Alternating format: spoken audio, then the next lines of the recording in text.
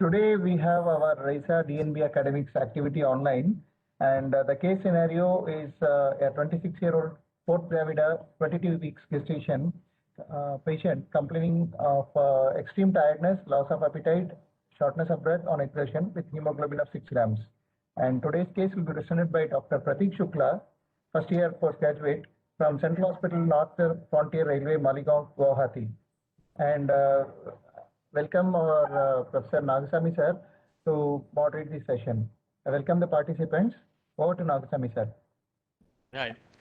So case scenario is already given. Yes, sir. Now we have in this scenario it is given she is in 22 weeks of gestation. Okay? Yes, sir. So she has got still another 18 weeks to go to complete her full-term pregnancy. Yes, sir. But already she has had 3 pregnancies, the details about which we do not know. Yes, sir. So first of all, what do you know? What do you want to know further about this case? This 26-year-old lady already had delivered or had 3 pregnancies. Now she is in 4th pregnancy. Yes, sir. And during this time, she is having extreme tiredness, loss of appetite, and shortness of breath. Yes, sir. And while trying to investigate, they have found she has a hemoglobin of 6 grams. Is this 6 grams normal for a 4th gravida patient of 22 weeks gestation? No, sir. Sir, by WHO classification and ICMR classification, this 6 gram hemoglobin lies in the severe grade of anemia, sir. So definitely, sir, it's not a normal case, sir. Sir, further, I would like to investigate for the cause of anemia, sir. I would look into the. I would like to look into the cause for anemia, sir. Why she is having 6 gram is very less, sir, because. Very good. Okay. Would you like to hear anything about her previous obstetric history? Definitely, sir. Definitely, sir. So, in previous obstetric history also, sir, whether she was suffering from anemia, the cause of anemia, whether any blood transfusion she had during her previous pregnancy, sir. So first of all, you must ask how many live children she has. Yes, sir. That is Yes, the yes, most sir. important thing, because Yes, sir. she already has had 3 pregnancies, this is the 4th one. And Yes, sir. whether she had same problems during the earlier pregnancy, whether she was able to deliver live fetus after completion of the course of pregnancy, or Yes, did sir. she have any preterm labor or intrauterine death. So all Yes, this sir. obstetric history is the first thing that you should try to elicit from this patient. Yes, Supposing sir. she says she had normal, first 2 pregnancies were normal. 3rd Yes, sir. pregnancy I had the same problems, but it happened at about 34, 36 weeks. And somehow Yes, I sir. managed to deliver the 3rd child also, but the 3rd child was stillborn. And Yes, now sir. this is the 4th pregnancy. If that is the history, what will you do? So going by this previous loss after first 2 means it can be RH incompat nahi. No, first 2 deliveries she First has, 2 she are says she normal. is normal. Yes, sir. 3rd one, her complaints were similar to this extreme tiredness, loss of appetite, and shortness of breath, which occurred at about 34 to 36 weeks of pregnancy. Yeah. But she managed to continue with the pregnancy and Yes, sir. delivered a fetus, but it was stillborn. Yes, sir. And this is the 4th pregnancy. That is the history. What should you like to know about the late onset of similar symptoms in her 3rd gravida, 3rd pregnancy? Sir, I would like to know the duration between the 2 and 3 pregnancy, 2nd and 3rd pregnancy, and 3rd and 4th pregnancy. Very good, very good. Subsequent pregnancy will lead to anemia because less duration between the 2 pregnancies, sir. And sir, I will also like to rule out some infections, sir. Like means tuberculosis, malaria. Very good. Parvovirus B19. How will you classify all these things? If supposing she has been suffering from tuberculosis from the last pregnancy, under what category of disease it will come? It will come as an acute condition or a chronic condition? Sir, chronic condition, sir. Definite chronic condition, sir. Okay. Chronic So anemia of chronic disease. Anemia of chronic there is one disease, entity sir. called anemia of chronic disease. Yes, sir. Could it be Yes, sir. that? Sir, it might be, sir. It might be. For that, It we could will have. also, it's one of the possibilities you have to keep in mind, okay? Yes, yes, What sir. other things could have happened to her in the third pregnancy when she experienced a similar thing? What other problem could have happened? How will you question and find out what exactly was the cause for her having similar symptoms in her third pregnancy? That too at the last trimester. Sir, any hemorrhagic history, bleeding per vaginum may Very- lead to Very uh, good. these things. Bleeding per vaginum, okay. Yeah. So what are the causes of bleeding per vaginum late in the pregnancy? Sir, placenta previa or abruption, sir. Abruptio placenta. Very good. Abruption These are the two placenta, things. But do they result in acute anemia or slowly progressing chronic anemia? Sir, they will actually result in progressive, chronic anemia, sir, not acute anemia, Chronic sir. anemia at the final stage of abruption and uh, or placenta previa, will it not bleed heavily during that time? Sir, yes, sir, it will, sir. It will definitely bleed. So that will be more like an it might acute, be acute also. Yes, sir. acute loss. So Yes, that sir. is why she must have had this problem very late in that. So placental abnormalities is a very good thinking that you should rule out for that. Yes, Chronic yes. diseases like tuberculosis occurring late in the pregnancy is another condition which you have to think of. Okay. Yes, sir. Could Yes, she sir. have suffered from iron deficiency at that stage, the third gravida? Sir, hemodilution maximum is in the late second stage, late second trimester, or in the early third trimester, sir. So Okay. that can also be a cause. But physiological anemia of pregnancy, sir, generally this hemoglobin, it doesn't fall up to this extent, sir. It's around 10 to 10, 11. So 10, what is 11. the pattern of increase or decrease in the RBCs, not the plasma? RBCs, how do they decrease or increase during pregnancy, normal pregnancy? What is the pattern?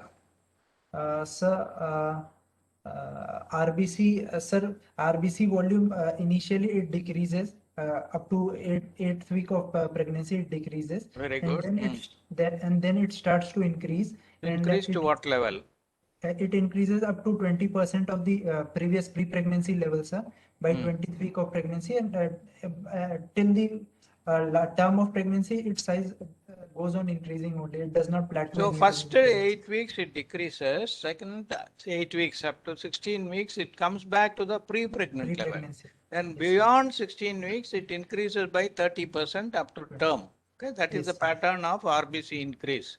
Yes, So sir. when will this increase after the 16 weeks can be affected? What are the conditions in which this the so-called normal increase of 30% of RBCs, when it can be affected? Sir, dietary habits means decreased intake of absorption is there. Sir, absorption of the iron is not proper.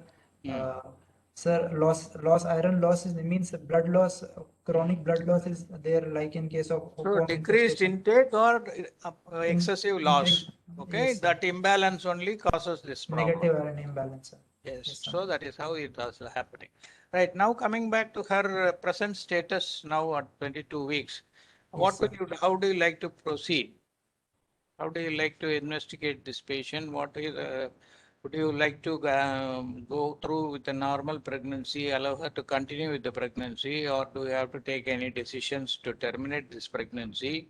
Or if supposing it progresses normally, how are you going to manage the labor? Or at the last minute, if there is an indication for surgical intervention, how are you going to manage? These are the 4 categories of discussion we will focus on today.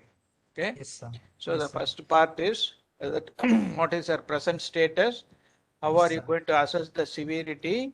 How are you Yes, going sir. to investigate? Second part is how are you going to treat her and allow the pregnancy to continue? Third part Yes, is how are you going to manage the labor? Okay. Fourth part is Yes. supposing a surgical intervention is needed, what is the anesthetic management? Yes, sir. Right?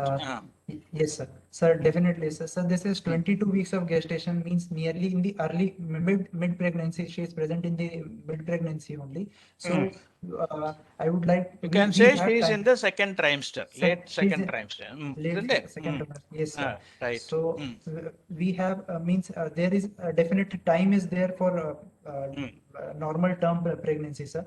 So Very good. so I would like to investigate thoroughly with this patient, sir, what is the cause of anemia, and for that, sir, I will go through CBC, means complete hemogram, hemoglobin gram. Now, before going for all the investigations, what would the clinical examination you Okay, would sir. like to do in this patient? Okay, sir. Sir, I will, starting with the history, sir, I will ask about the means fatigueness, extreme tiredness when she feels with exertion. Is it there, or without exertion also, without any work also she is feeling the tiredness, palpitations, and sir, See, any all this tiredness, this thing, everything is given already here. What is the reason for all these things? What is the pathophysiology causing all these changes in the pregnant woman when the hemoglobin is low? How is sir, it caused? Why she feels extremely tired? Why she is not having a proper appetite? sir, This last thing, shortness of breath, is it a shortness good of sign or not? shortness of breath is definitely not a good sign, sir. It means some sort of cardiovascular involvement is there in this patient, sir. There means oxygen oxygen carrying capacity has been decreased to such an extent that she's having shortness of breath because of that, sir. Okay. And, sir, We do get patients who are anemic, who are non-pregnant coming in. You could have seen as an undergraduate or in the medical wards, you could have come across, or even you would have come across patients coming for other incidental surgeries who are anemic, whom you say your hemoglobin is low, you get it corrected and come for elective surgery. This the sort of things you could have seen in this training period. Okay. yes, sir. So what Yes, sir. exactly happens when there is a what is the normal physiology of production of this hemoglobin and RBC? Sir, hemoglobin is composed of two things, heme and globin. Globin is produced from liver, while heme is also produced in the means formed by formation of means uh, iron and protoporphyrin rings. So that is the formation of hemoglobin, and sir.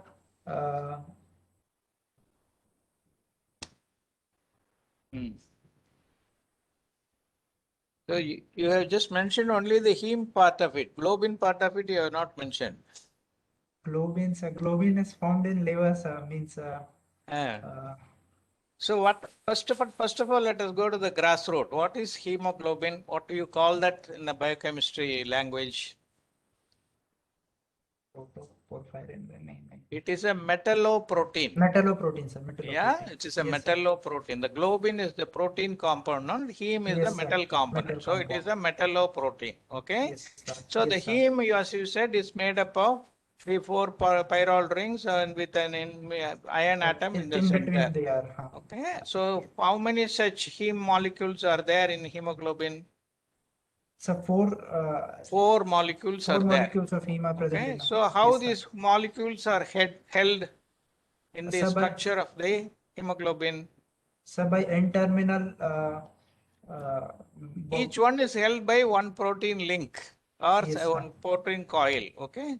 Yes, So sir. how many proteins, the globin chains are there? In an adult hemoglobin, how many protein chains are there? So four globin chains are there, two alpha and two beta. Two Sir. alpha and two beta. Two This alpha. we call it as adult HB hemoglobin. Okay. HBB. Yes, Okay. sir. What HB. is the fetal hemoglobin consisting of? Sir, two alpha and two gamma chains, sir. Two gamma chains. What is the difference between an adult hemoglobin and a fetal hemoglobin? Sir, oxygen carrying capacity of adult hemoglobin and is means going by the oxygen dissociation curve, left side will fetal hemoglobin will come on the left side, sir, left side of the oxygen dissociation curve, while normal hemoglobin of that of adult will be on the right side, sir. Means oxygen will be tightly bound to fetal hemoglobin, while in case of adult hemoglobin, it will be compared to fetal hemoglobin, it will be loosely bound. Very good, very good. That is the main point you have to say. So the affinity for oxygen is more in fetal hemoglobin compared to sir. the adult hemoglobin. Adult Okay, hemoglobin. naturally you can understand why, because the fetus does not have a respiration on its own. So Yes, it sir. requires the mother to deliver Mother's- the oxygen, and it requires the mother's blood only to eliminate the carbon dioxide from its from metabolic activity. Right, Yes, so sir. very good. So these four chains, two alpha and two beta chains, each one holding a heme molecule or moiety, is the structural formation of hemoglobin. Hemoglobin, sir. Okay, Yes, so sir. this hemoglobin, where is it located? Sir, mainly bone marrow, sir. Bone marrow, spleen. No. This is how is this hemoglobin traveling in the bloodstream, in the vascular tree? Sir, inside the RBC. Inside the RBC. How much of hemoglobin is packed in one RBC? Is it fully loaded, or it is only a small portion of hemoglobin that is there inside the Sir, RBC? sir, packed cell volume is around 40, means 35 to 40. No. I am asking about individual RBC. I am not asking about the component in the blood. If you say in the component in the blood is packed cell and plasma, that is different. Hematocrit. Okay, hematocrit. Sir, I'm amount of hemoglobin present in single RBC is around 27 to 35 picomolar. what do you call that? Sir, hematocrit, sir. No, that is not hematocrit. Sir, Hematocrit is mean MCH, sir, mean mean corpuscular hemoglobin. hemoglobin, sir. So only 25 to 30% of the RBC volume is composed of hemoglobin, which is called the mean corpuscular hemoglobin. What is the normal volume of one single RBC? Sir, it's called as MCV and it ranges around 78 to 95 femtoliters, sir. Femtoliters. What is this femtoliter indicate? Sir, 10 to the power minus 12 liters, sir. Minus 15. 10 to the power of minus 15 is Minus 15, femtoliter. sir. Very small volume. So how many millions of RBCs are there in our body? In 1 ml or 100 ml of blood?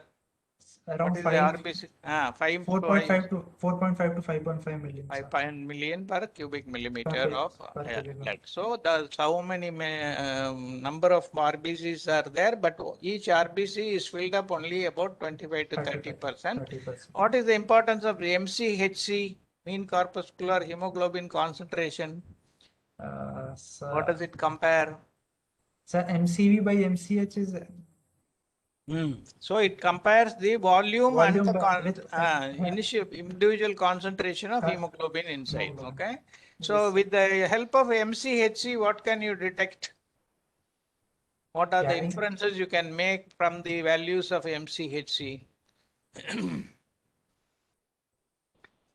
Will you be able to say it is a normochromic, normocytic, or Yes, sir. hypochromic or hypocratic? Isn't it? Because Yes, the sir. volume, size, and the concentration of Concentration, hemoglobin sir. inside may vary according to the Yes, sir. shape of that. Okay. So Yes, the sir. MCHC is a very important test to find out what is the shape and how Type much of is how. So it will morphological differentiate classification between. of anemia. Yes. So this will lead to the question: how can you classify anemia? So anemia can be classified under three broad headings, sir. Very Sir, good. first one is physiological anemia as seen in pregnancy or infancy. Very So, good. other will be pathological or acquired causes, in that Okay. nutritional anemia, hemorrhagic anemia due to drugs Yes. or Very good. radiation, blood loss. And sir, third Yes. one will be morphological classification based on the peripheral blood smear appearance, sir, like hypochromic, normochromic. Excellent. Now, what is the importance of the RDW, red cell distribution Distribution width? width. What is the importance of that test, which you Sir, nowadays see in all hematology reports?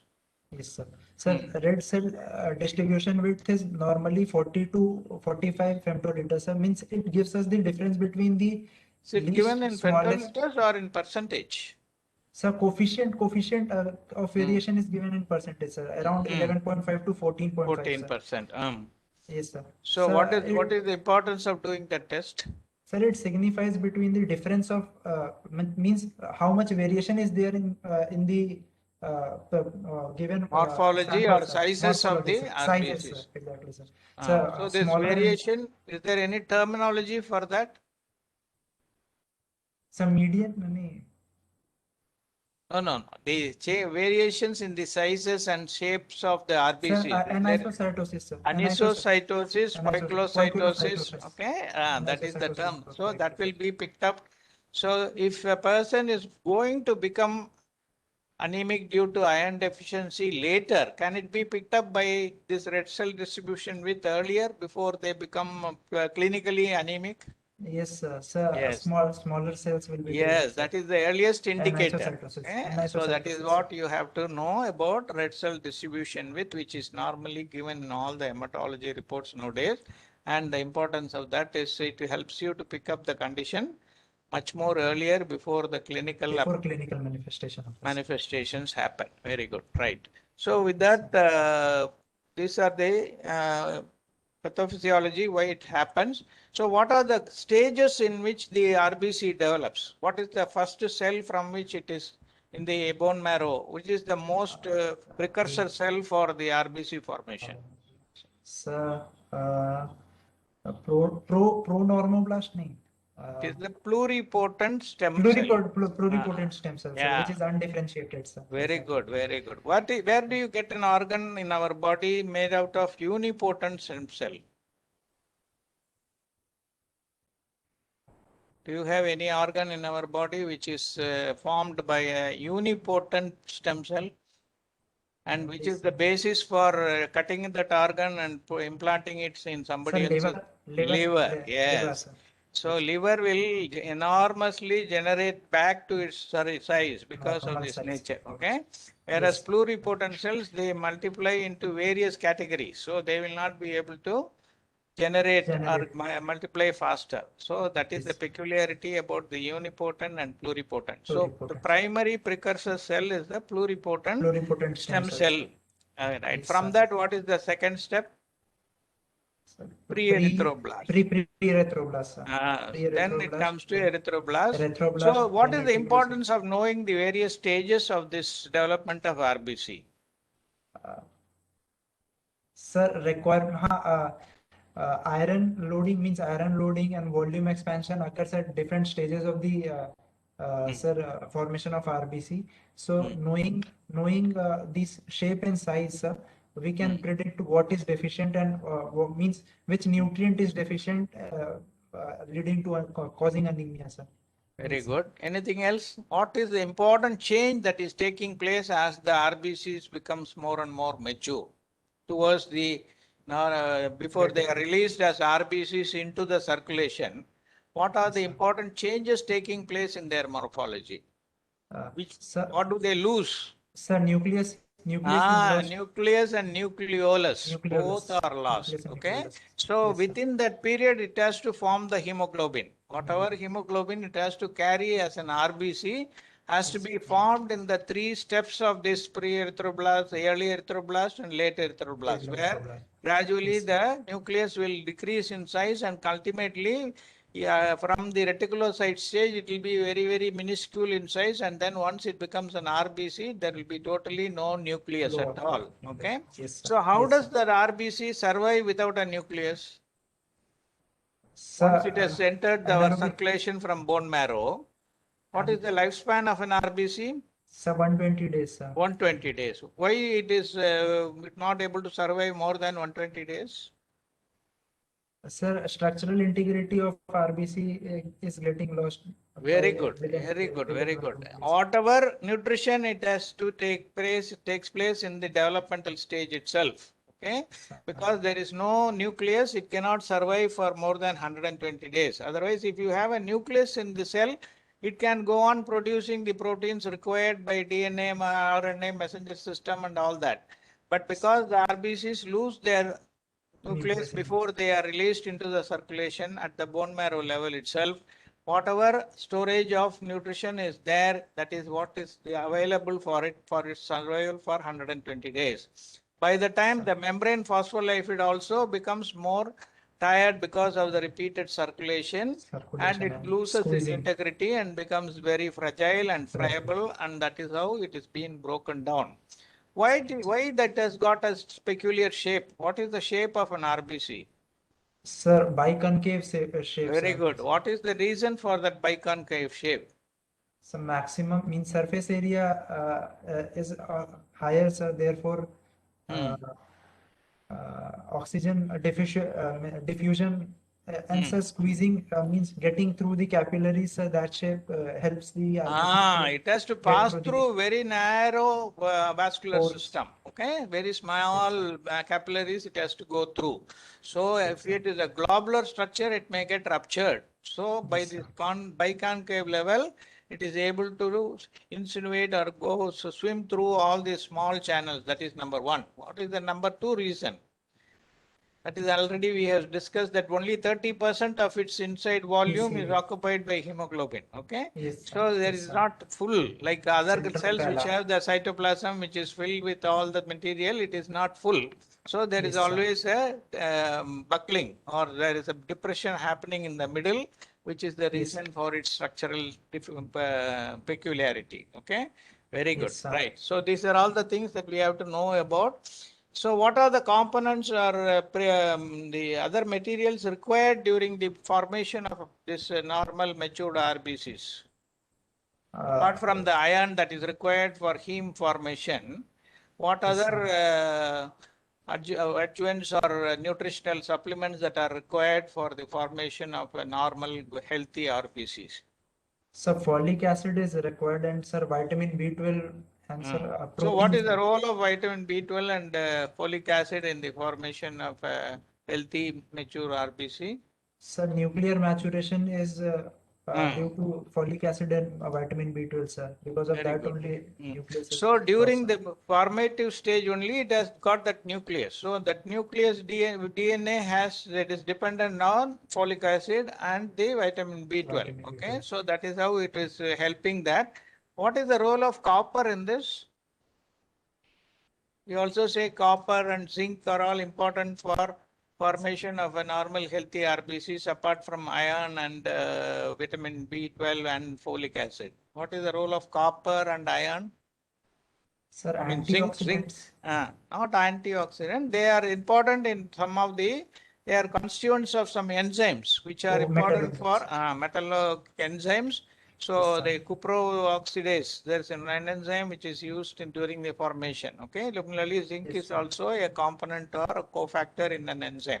Okay, Yes, sir. so they Yes, are sir. also in some ways slightly complementary to the formation of this normal RBC. Okay, so Yes, this sir. physiology we have to know. So then only we Yes, can sir. find out which part is deficient. Is it the iron part which is deficient primarily, or whether it is also a deficiency of Yes, iron and folic acid? Okay.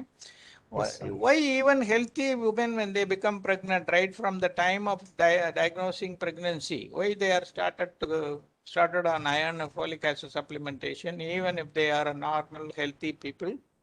Sir, iron demand is increased in cases of pregnancy, sir. Very Placental good. demand is there, fetal demand is there. So, Very good. Excellent. So how is iron metabolized or absorbed in the body? What is the metabolism of iron? What are the things that we should know about the iron absorption, transport, metabolism, its loss, sir, iron balance in the body? How is it maintained? sir, iron is absorbed from proximal duodenum, sir. Hmm. Iron is absorbed in +2 means in ferrous state only, and Very sir, good. generally in our diet it is present in ferric state, sir. So Hmm. in proximal duodenum there is an enzyme called as ferric reductase which reduces +3 form to +2 form, and by divalent metal transporter 1 receptor, sir, DMT1 receptor, it is absorbed inside the enterocyte, Very and good. Hmm. inside the enterocyte, sir, it is with the help of transferrin, it goes on the distal part of the intestine. So means towards Before the transferring, is there any other step in that? And the enterocyte cell itself? FH10, Which is the storage form of iron? so ferritin, sir. Ferritin. How is this ferritin formed in the enterocyte cell? Sir, By enzyme. combining the F3 with apoferritin. Apoferritin, sir. Apoferritin, sir. That is how the ferritin is formed. Yes, But sir. this again, this F3, can it enter from the enterocyte into the bloodstream?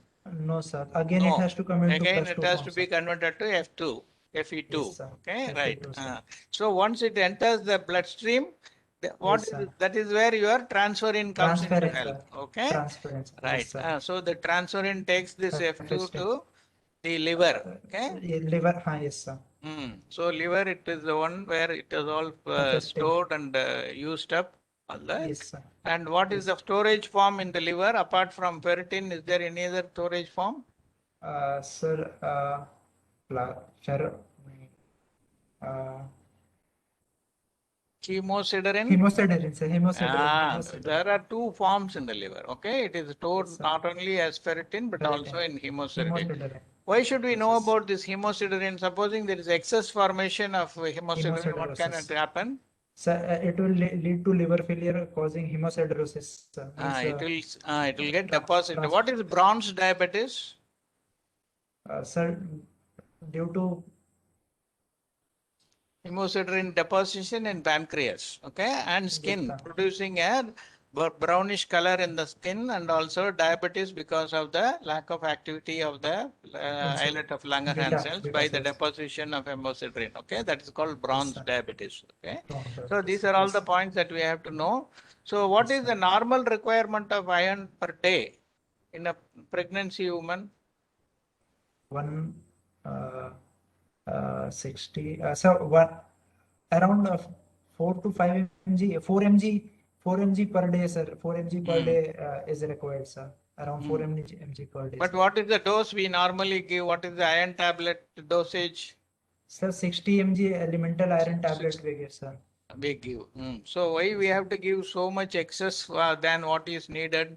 So absorption rate of iron is only 10%, sir. So Why? How is that iron absorption controlled? What is the hormone or the product which is regulating the absorption?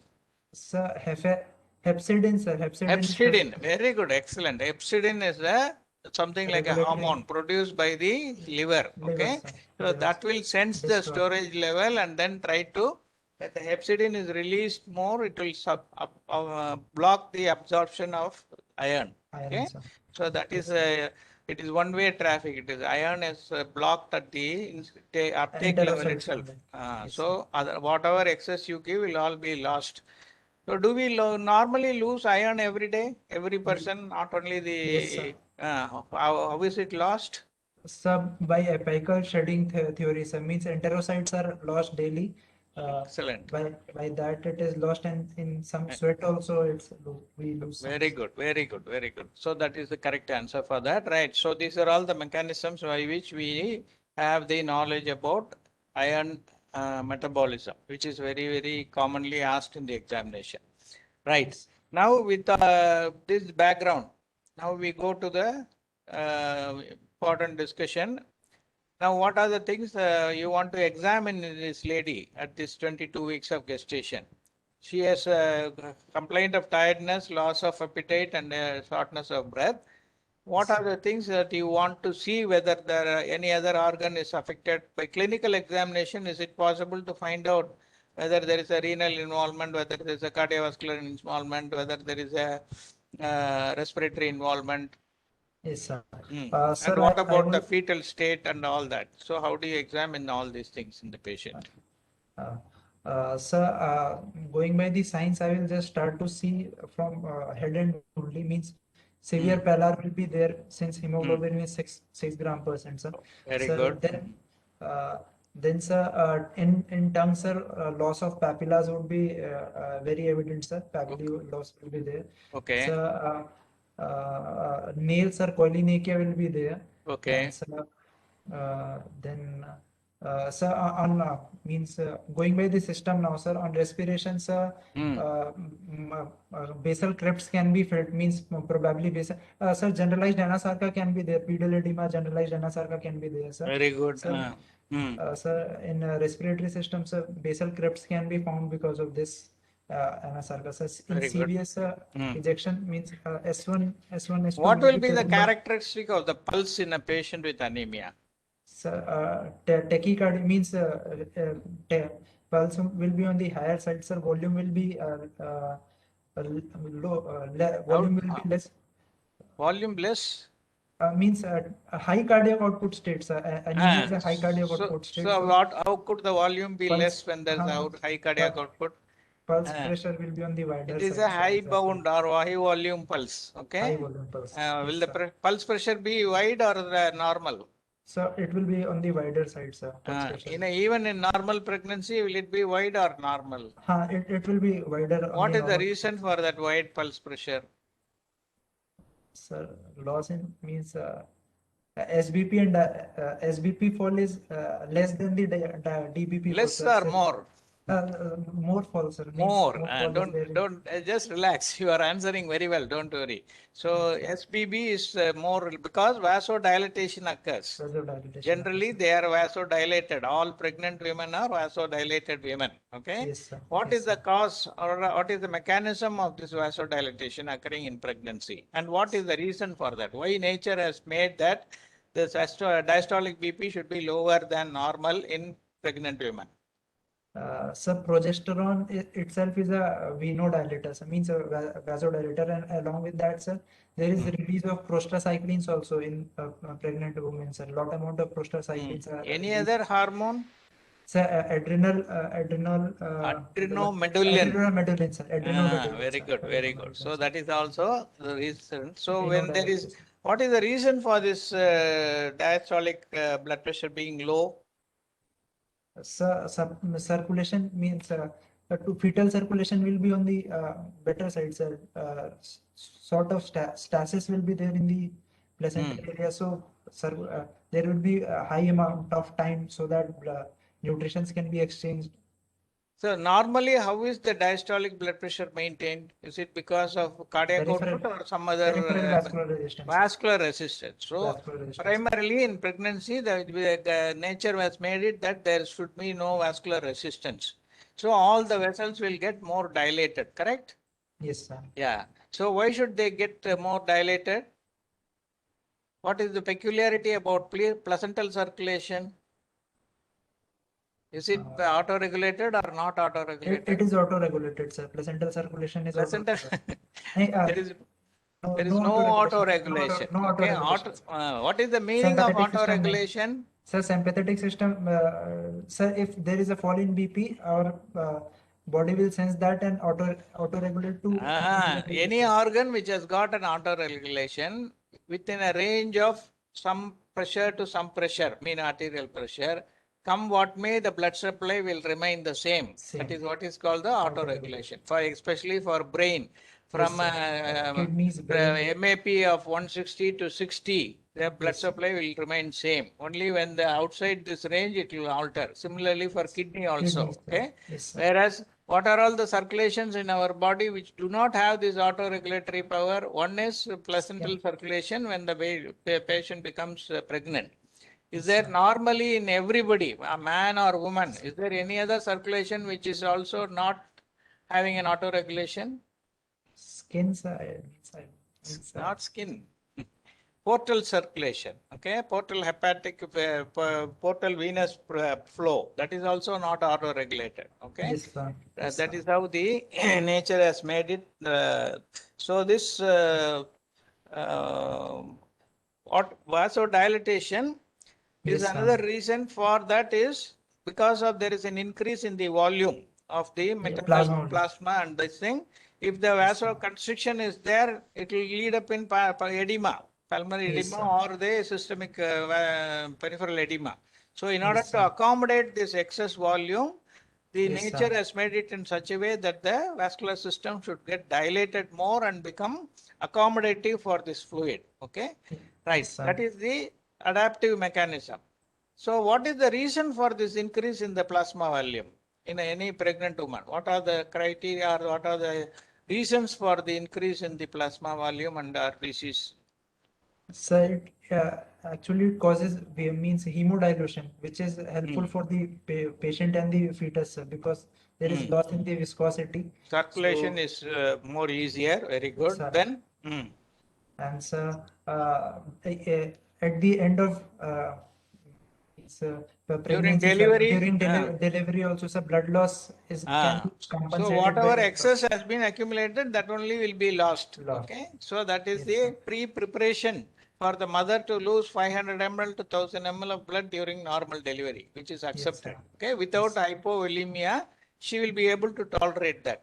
So nature is so clever that it starts preparing the mother right from the early stage of Beginning. antenatal period to withstand that blood loss, which is likely to occur during the end of the pregnancy and during labor and delivery. Okay, that is, these are the reasons why this increase in the plasma volume occurs, right? So Yes, sir. you have to rule out any involvement of the cardiovascular decompensation in this patient. That is the most important examination that you have to do. So how Yes, will sir. you find out whether the mother is cardiovascularly decompensated because of the anemia? Sir, in auscultation, if there is any ejection systolic murmur more than grade 3 or any diastolic murmur will be suggestive of cardiac decompensation, sir.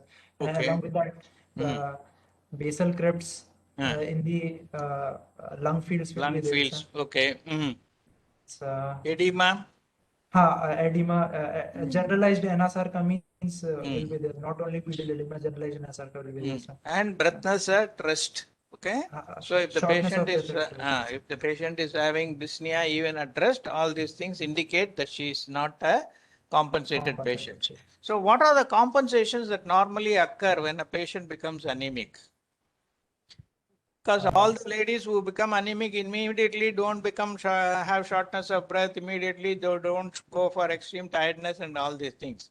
Yes, sir. Up to particular level of decrease in hemoglobin, body somehow manages to deliver the oxygen required by the tissues. That is the main aim of the function of hemoglobin, isn't it? Yes, sir. So what are all the adaptations that happen to compensate for the decrease in the hemoglobin? Until symptoms become very overt or very evident. So increase in the heart rate, increase in the stroke volume, leading to increase in the cardiac Increase in the output. cardiac output. Very good. That is the first adaptation. Very good. Then? Sir, tachypnea will be there so that oxygen supply is also maintained to the perfusion is there means, sir. And very sir, good. Sir,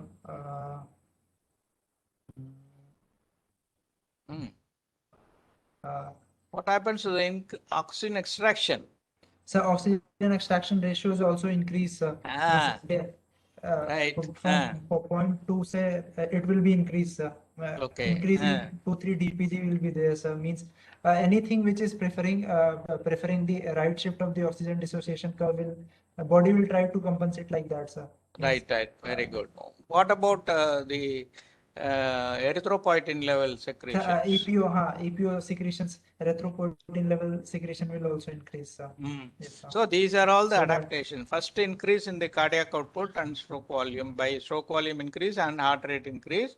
Second is the increase in the oxygen extraction ratio. Third is increase in the respiratory rate to take in more oxygen. So inspired oxygen levels go up. Fourth is the increase in 2,3 DPG. And fifth is the increase in the erythropoietin, renally mediated erythropoietin secretion. So all this adaptation up to some time prevents the onset of overt features of compensate the anemia. Anemia, yes. So that is what you have to check whether the patient is in a compensated state or uncompensated state. So at 22 weeks, what would you like to examine about the fetus?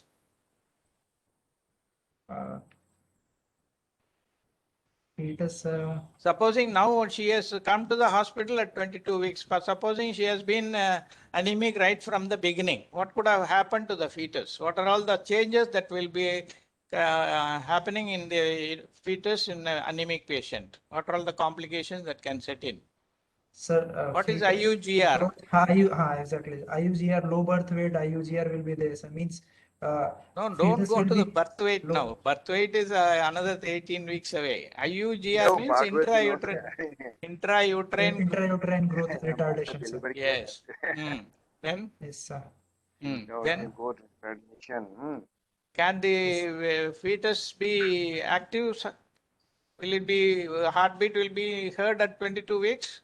Yes, sir. Heartbeat beats will be there, sir. Fetus will be quickening can be felt after 20 weeks. So definitely, if quickening is So you felt, must then ask for all that, yes, right? sir. So these are the fetal examinations. First of all, you should see whether the fetus is alive inside and whether the growth is adequate for the number of weeks of gestation. These are the two things that you have to ascertain from the abdomen examination of the woman. Yes, Okay, right. Okay. Yes, sir. After all these things, what are the investigations you want to find out about the severity of this condition? Sir, going by the means routine investigation, sir. Hmm. Sir, hemogram, packed Hmm. cell volume, sir, MCH,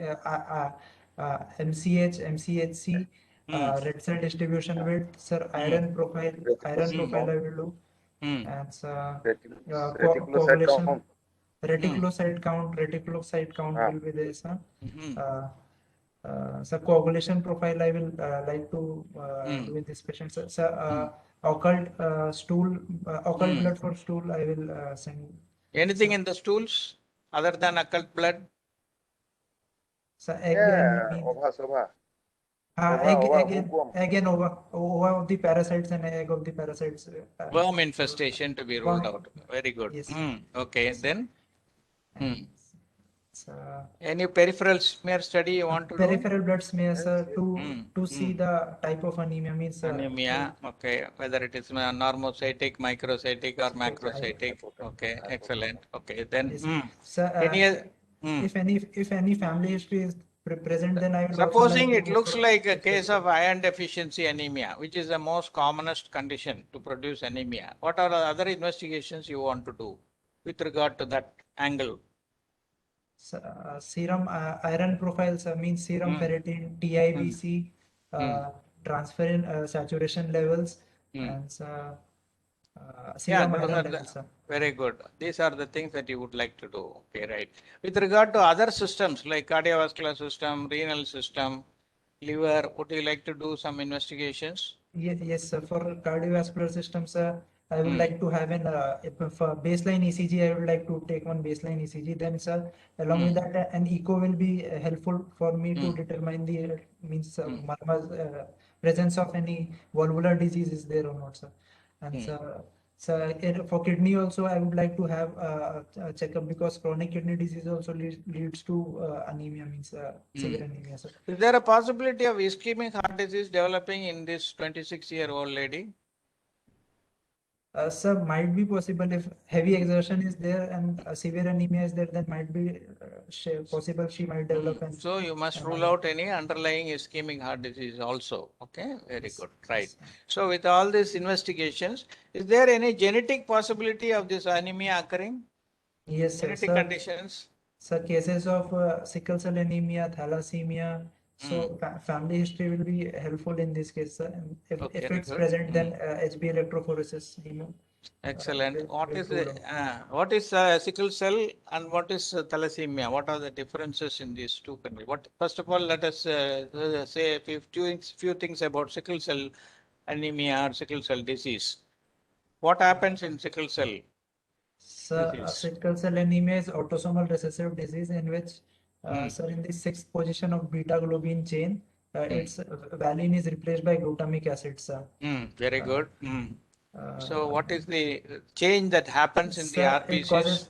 It causes structural abnormality when hemoglobin is under stress, means saturation of oxygen is at the lower side, sir. So does it affect the deoxygenated state or oxygenated state of the hemoglobin? Oxygenated state of hemoglobin. Oxygenated. Sir, in deoxygenated state, sir, hemoglobin tends to take a different shape rather than biconcave shape. It forms a sickle sort of shape, which gets occluded in the. That is not hemoglobin that is taking shape. RBCs become sickle shape, but the hemoglobin change occurs. Okay, it is a hemoglobinopathy. It is a disease of the hemoglobin which affects the RBC structure. Okay, so don't confuse between the two. It is a structural defect happening because of the change that happens inside the RBC by the hemoglobin. Okay, so it gets depolymerized and crumples and becomes clogged. Instead of being a chain, we call it as alpha and beta chain. Instead of being a chain, it becomes like a lump. Okay, that is what is happening in Sickle cell. Sickle cell anemia. Is there a very milder variety of sickle cell?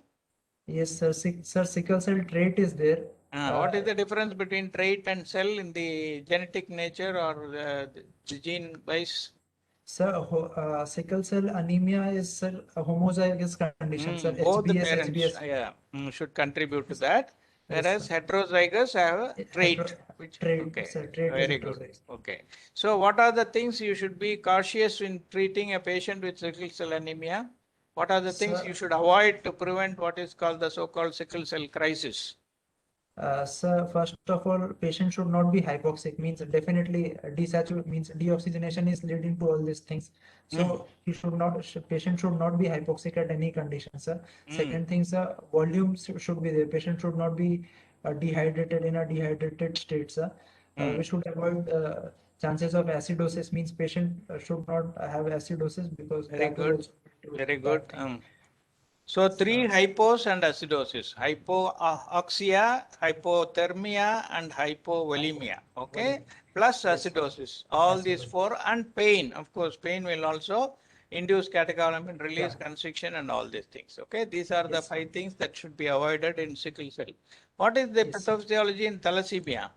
What are the types of thalassemia?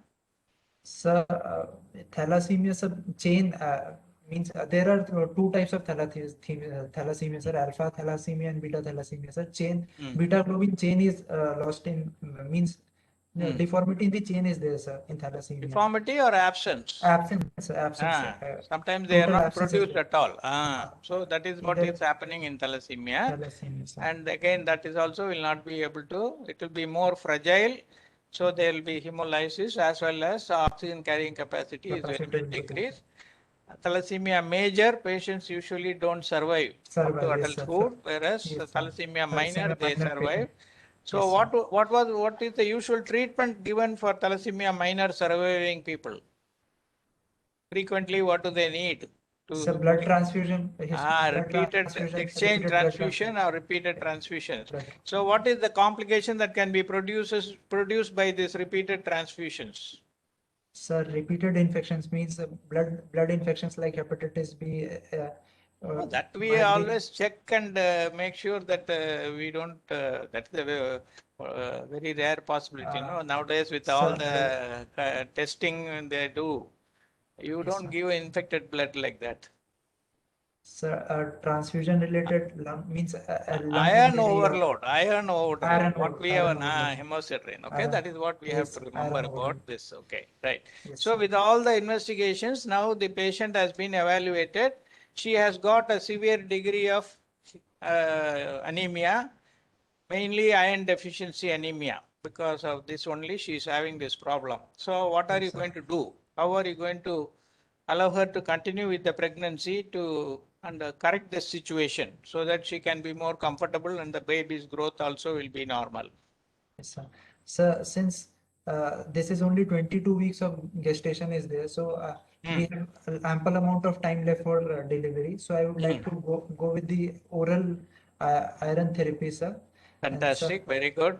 sir, I will start with 60 mg of elemental iron in a BD So BD what are dose, the instructions you have to give when you start the patient on oral iron therapy? To make get full absorption and effect of this oral iron, what instruction you should give the patient? When should she take the tablet? Sir, before meal, sir, 30 minutes before meal, it should be tablet should be taken, and low carbohydrate diet should be there in the meal, sir. Supposing she is a chai addict, she goes on drinking 10 cups of chai every day. Can she take that?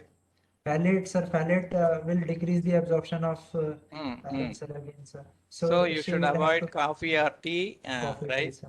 So these are all the things that you'll have to. Supposing she is not able to, after 1 week of treatment, she comes back to you and says, Dr. Saab, I'm having a lot of stomach upset. I feel like vomiting after taking the tablet that you have given. My stools are going very dark and I am having cramps in my stomach. I am not able to take this tablet. What will you do?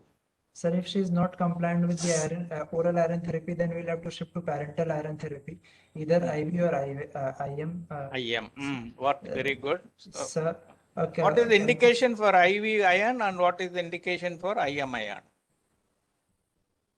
So IV indications. You said there are two options, no? Either Yes, IV sir. or IM. IM. So when should a doctor resort to IV parenteral iron, and when should you can decide on IM parenteral iron? IV parenteral injection will give results, but means yes, sir. Faster, and you need Faster. a shorter time when you have very Yes, close sir. to the gestational period and you want to, I mean, tell him delivery time is approaching fast. Supposing sir. this happens at 34 weeks or 35 weeks, then you don't have time, no? So then you go Yes, for sir. parenteral IV iron. On the contrary, sir. at 22 weeks, you can think of giving IM iron so IM. that you can slowly build up the iron. Iron What is the results, technique sir. of injecting IM iron? Is Sir, there any Z particular technique. technique? Hmm? Z technique is Z-track, what do you mean by Z-track type of injection of a? sir, skin and What will happen subcutaneous if you tissues. don't follow that Z-track technique? So skin and subcutaneous tissues is to be pulled up to other side. Then 2 inches deep we have to inject the iron, sir, or else there will be Subcutaneous or into the muscle mass? Sir, into the muscle mass we have to inject, sir. Okay, very good. So if you, by doing this, what do you achieve? Why should you practice this Z-track injection technique? So staining of the skin is avoided, sir. Fantastic, Skin. excellent, very good. So what are the complications that IM iron can produce? Sir, anaphylactic reactions to Is it iron it can be producing a reaction. Then yes, sir. supposing there is no allergy, what Painful, else? sir, painful. It's Very painful, painful. sir. It's And very down abscess formation at the Abscess, site of injection is also uh, very common. Okay. yes, So sir. three important things. First dose, you have to be very careful. Sometimes they can develop severe anaphylaxis. Second, later on, if you give repeatedly, it will be very painful in the, especially given in the gluteal region only. Yes, And sir. third thing, there are chances Abscess of formation. injection abscess formation. Okay, so these are all the things. When do you resort to blood transfusion? What are the Sir, indications for blood transfusion in a pregnancy mother who is anemic, severely anemic and symptomatic? So blood transfusion in anemic pregnant female can be divided into two broad headings.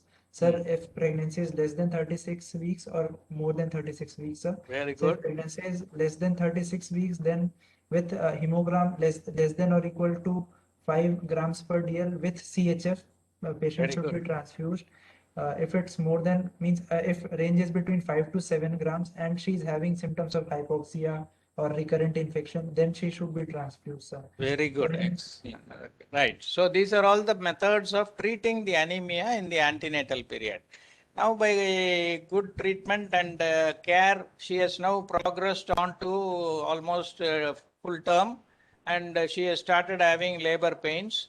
So, Yes, sir. and the cephalopelvis proportion is very normal. So earlier she had only a normal delivery. So gynecologist plans for a normal vaginal delivery. So what are the precautions, or how do you manage a patient with anemia during the onset of labor, during postpartum period? Sir, during labor, sir, a lot of patient should be means all the monitors should be connected to the patient, sir, during labor Very good. also. And Okay. monitors will include pulse oximeter, ECG, capno, if possible. BP monitoring is of a very valuable thing. Urine output and some. Okay, monitoring is one aspect. Then Yes, sir. So pain should not be means she should not develop hypoxia or a large amount of pain means pain management should also be done for that patient, sir, so that she should not be tachypneic means tachypnea should not develop in those patients, sir. So what are the basic things? What from position, oxygenation, Position, then oxygenation, left lateral positioning of the patient is must, sir, so that why left autovenous lateral is compression. important? Sir, To prevent autocaval autocaval compression is there, sir. compression Leading to is there. supine hypotension syndrome. Oxygen supplementation should be done throughout the Oxygen. labor procedure. Perioperative and post-operative. Adequate Yes, pain relief should be given. And these are the important things. Hydration should be maintained. But at the same time, you should not overload the patient also. Fluid. Okay, Yes, sir. right. Yes, So sir. this is about the first stage of labor, and there is a onset of uterine contractions to delivery of the fetus. After sir. delivery of the fetus, what are the important precautions during the second stage? After Yes, sir. third stage, when there is a placental expulsion, after placental expulsion, what can happen in some patients? So immediate identification of postpartum hemorrhage should be done, sir. Because Okay. anemia is anemia tends to cause postpartum hemorrhage, sir. Very good, So, excellent. So watch out for any excessive bleeding. But Bleeding. before that, before bleeding starts, after removal of placenta, what can happen? Uterine atony can be this, means uterine inertia, what we No, uterus is nicely contracting. There is no postpartum hemorrhage here. But Yes, after sir. placenta, normally what happens to the Some cardiac uterus? failure can She can go for overloading because there will be a auto contraction transfusion. of, Auto-transfusion. exactly, auto Auto-transfusion. transfusion. So if the patient already has a congestive heart failure, you have to be very, very watchful in that. So how do you manage? Supposing she is been diagnosed with congestive heart failure before labor, and she has been managed with all drugs like digitalis and oxygenation, diuretics, and all that. During the time of this third stage of labor, what precautions, further precautions you will take to prevent the lady going in for again fluid overload and pulmonary edema? Lasix can be given prophylactically if means. First position, keep a 40-degree head up position. Yes, Then sir. you give her Lasix, prophylactic Yes, sir. Lasix 20 to 40 milligram, and then Yes, sir. supplemental oxygen. These are the things that you have to take care of. And be ready Yes, for sir. anticipate any pulmonary edema features, intubate Yes, sir. early and then do IPPV and correct and push back the fluid. That is what you Yes, have to keep in mind, Yes, sir. right? Yes, sir. But unfortunately, she starts developing bleeding. There is postpartum uterine bleeding. What will you do? Sir, cause of postpartum bleeding can be uterine atony or retained placenta or trauma to the uterus. So identifying those causes is keeping that, identifying those and treating those. And sir, along with that, sir, blood transfusion can be started to the patient. Means adequate blood profiling should be done because she is anemic, sir. So What is one bedside investigation you would like to do when there is a continuous bleeding? Point of care testing.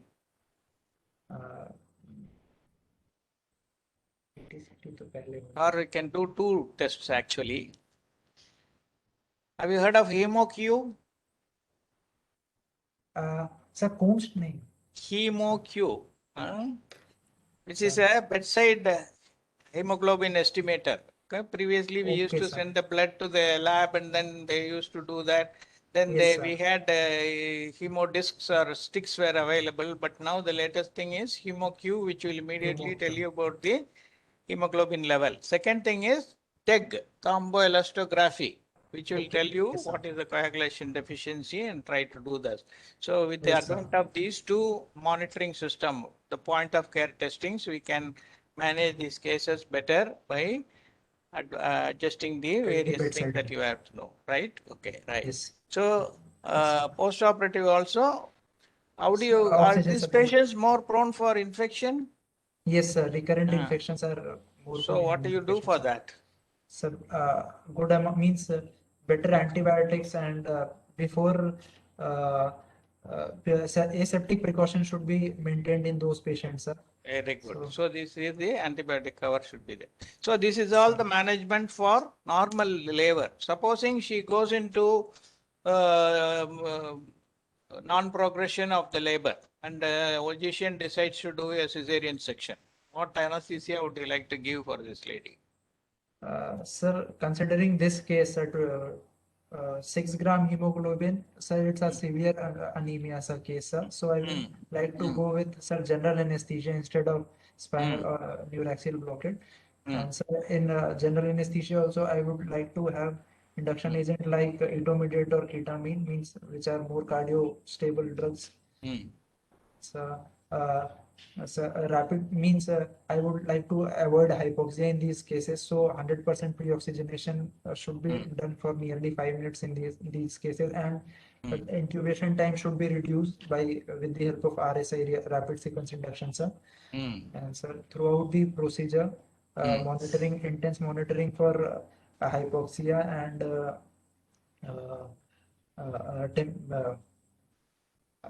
Adequate of perfusion should be taken care of. Very good. yes, sir. Okay. So that is the, supposing the hemoglobin has improved with your treatment to come to 9 grams. Yes, sir. Sir, At that sir, stage, what will you do? 9 grams, sir. Sir, in 9 grams, I think regional neuraxial blockade can be given up to, means in cases of hemoglobin. Will you up do to it 9. like a normal pregnant woman with a 12-gram hemoglobin, or can you modify your regional technique to some extent? Sir, low anesthesia dose should be administered in those patients, sir. Okay. So how do you achieve the desired level of block with lower volume?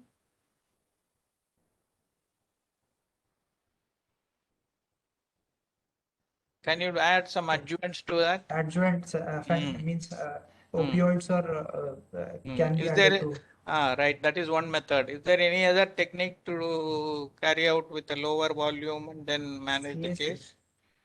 combined epidural spinal. Combined spinal epidural. Very good, very good, Yes, very sir. good. So these are all the things that you have to remember. So Sir.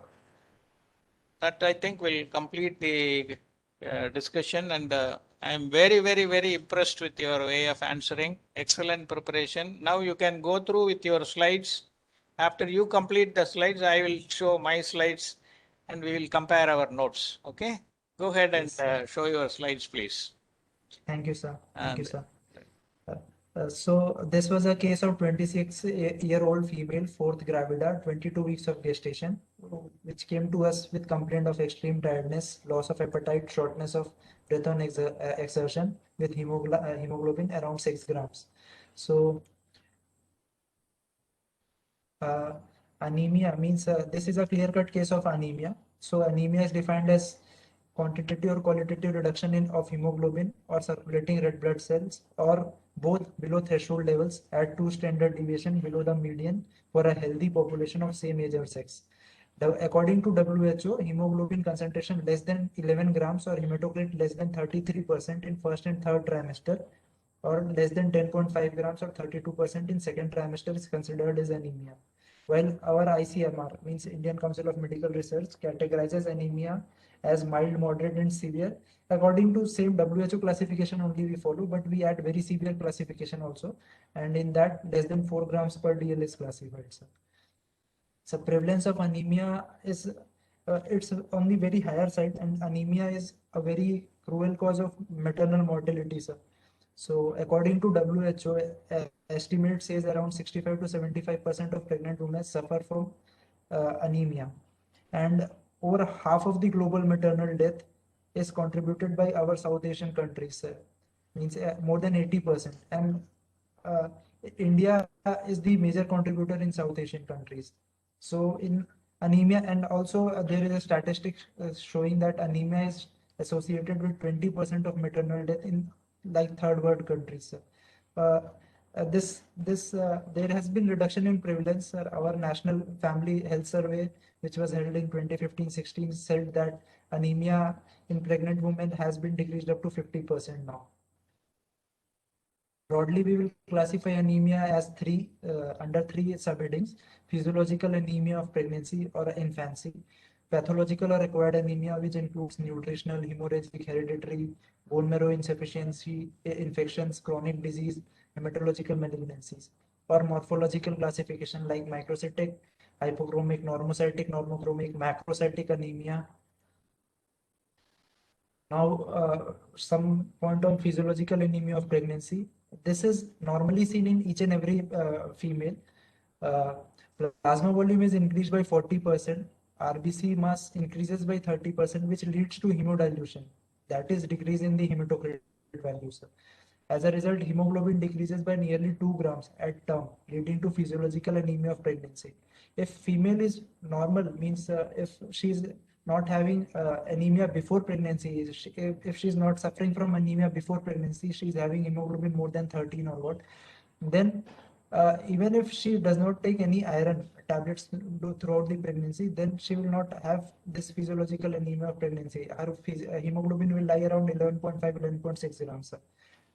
To classify means criteria for physiological anemia, we say hemoglobin should be around 10 grams with RBC 3.0 million per mm cube. PCV should be around 32 with peripheral blood smear showing normal physiology of RBC. There should be no hypochromia, there should be no microcytic anemia. Pathological causes include nutritional anemia, which iron deficiency anemia is one of the most common cause of anemia. Macrocytic and dimorphic anemia. Dimorphic anemia includes vitamin B12, folic acid, and iron deficiency. All of three types of anemia is included in dimorphism. Hemorrhagic anemia is also seen acute causes of anemia like in APH, antepartum hemorrhage, or chronic in case of hookworm infestation might be seen. Hereditary anemia, like we discussed, sickle cell anemia, thalassemia, bone marrow insufficiency, hypoplasia or aplasia due to radiations or drug, aspirin or indomethacin, if taken for very long duration, can lead to anemia.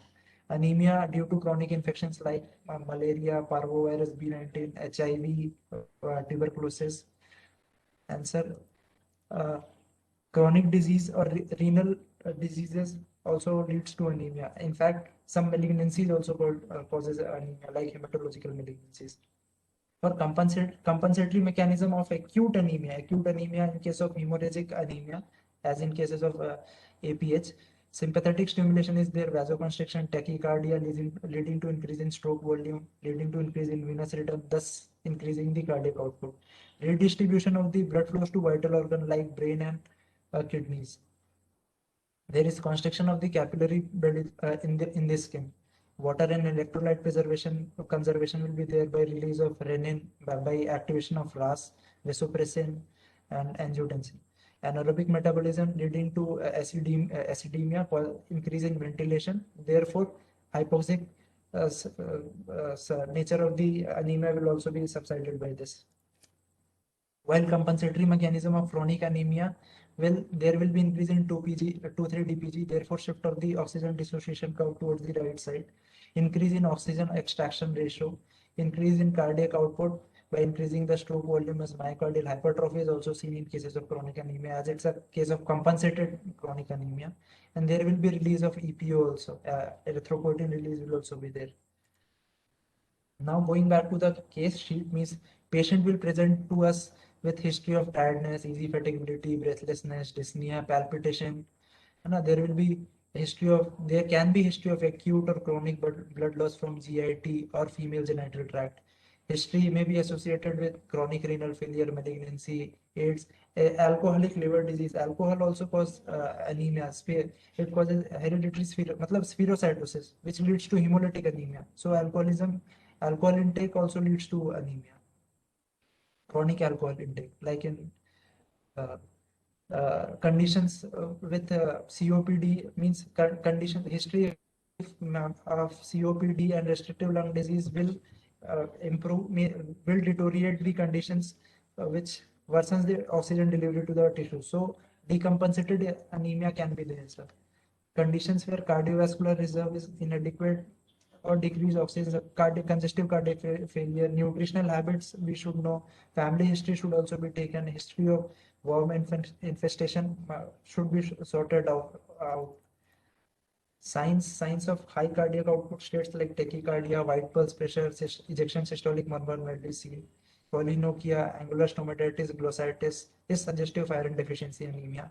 Icterus, splenomegaly, frontal bossing is suggestive of extramedullary hematopoiesis, which is suggestive of thalassemia. It can be, means it gives a direction to the physician thinking about thalassemia through the signs only. Smooth tongue means loss of papillas, hyperpigmentation, mental depression, along with peripheral edema is suggestive of folic acid deficiency. While paresthesia, symmetrical paresthesias with loss of proprioception, vibratory system in the lower limb, unsteady gait, memory impairment is suggestive of vitamin B12 deficiency. Pre-op investigations, we will go for RBC count, hemoglobin, hematocrit. We will go for RBC indices, MCV, MCH, MCHC, RDW. We will go for white blood cells count also. Differential cell DLC, TLC will also give a hint for if there is any malignancy related to hematological malignancies. Nuclear segmentation of neutrophils. This will suggest B12, vitamin B12 deficiency. Platelet count, cell morphology, peripheral blood smear, and isocytosis as we have discussed earlier. And reticulocyte counts, this will be also a very useful tool. High retic count, low retic count, type of anemia. Iron supplies means iron studies, serum iron, TIBC, serum ferritin, marrow iron stains. Bone marrow examination can be done at last. This should be our last reserve. Bone marrow aspirate can be done, and we have to see the erythrocyte granulocyte precursor ratio, cell morphology, iron staining can be done. Bone marrow biopsy will be suggestive of cellular means cellularity. Aplastic anemia can be ruled out by this. Okay. And other relevant investigations like blood urea, serum creatinine, bilirubin levels, stool occult blood for TSH and ECG, baseline ECG should also be done. Okay. Anesthetic consideration. Our goal means approaching a case of anemia, we should see what is the cause, what is the type, what is the severity, what is the compensatory mechanism, whether it's compensated or not. Therefore, pre-anesthetic checkup will be of utmost importance for this. We should anticipate the blood loss during any procedure. There will be blood loss, so adequate blood store should be there. We should avoid hyperventilation, hypothermia, or alkalosis during any sort of procedures. We should avoid post-op pain, fever, shivering, which increases the oxygen demand. While going by the anesthetic goals only, we should maintain cardiovascular stability. We should not tachycardia, hypovolemia, hypervolemia means this should all be as such jitna ho sakta hai, we should avoid. We should avoid hypoxia, avoid autocaval compression by positioning. We should avoid CHF and CHOP. We should minimize the factors which shift the oxygen dissociation curve towards the left side, like hypothermia, hyperventilation, alkalosis. So regional anesthesia in pregnant women, it's safer. Regional anesthesia is safer with moderate anemia with no cardiac involvement. You can skip that. You can skip that and go to the next slide. Yes, sir. This is unless you have something to contribute to this particular thing, you can. Yes, sir. So general anesthesia also means we have discussed this, sir. General anesthesia and regional anesthesia. Yeah, whatever. Yes. Okay.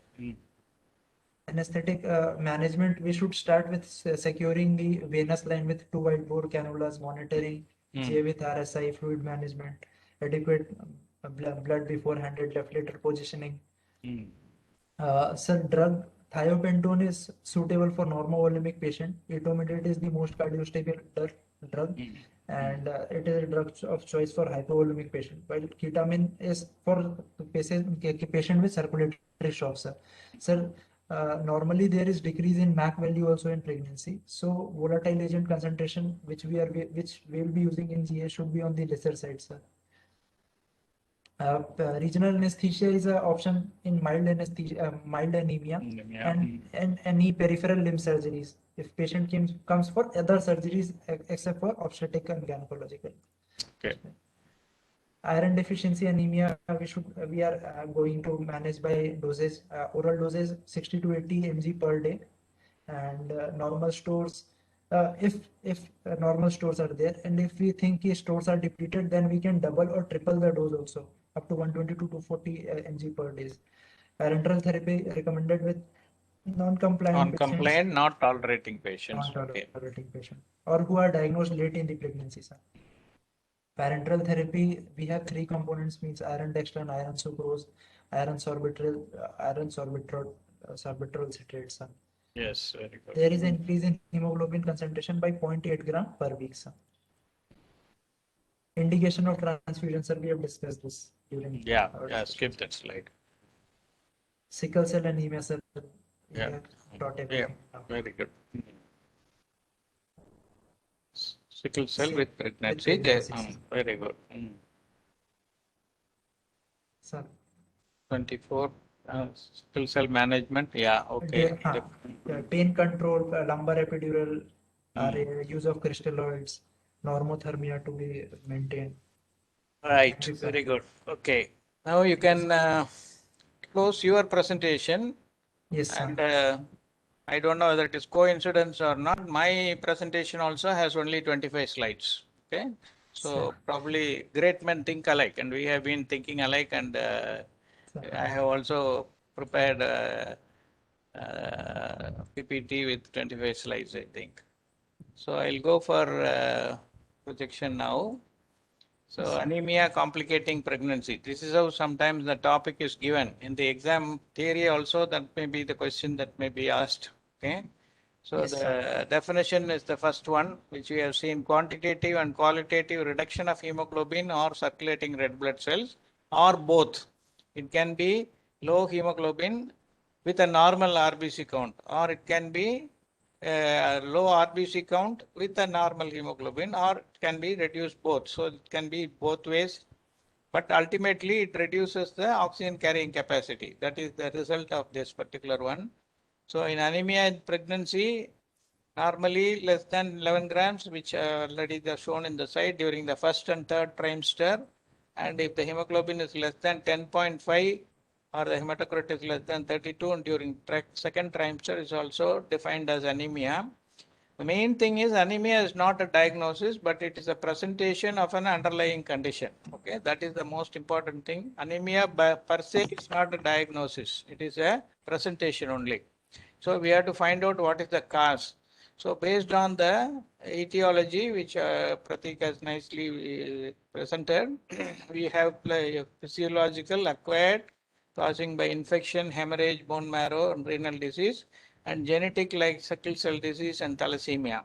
Then morphologically, we can say it can be microcytic, where you can see the difference in the normal RBCs, which are quite pinkish with a very pale shadow of microcytic hypochromic anemia, but the mean corpuscular volume is normal. That is, I mean, less than normal. It is minus less than 80 femtoliters, and normocytic means the mean corpuscular volume is normal, but usually occurs after hemorrhage or hepatic or bone diseases.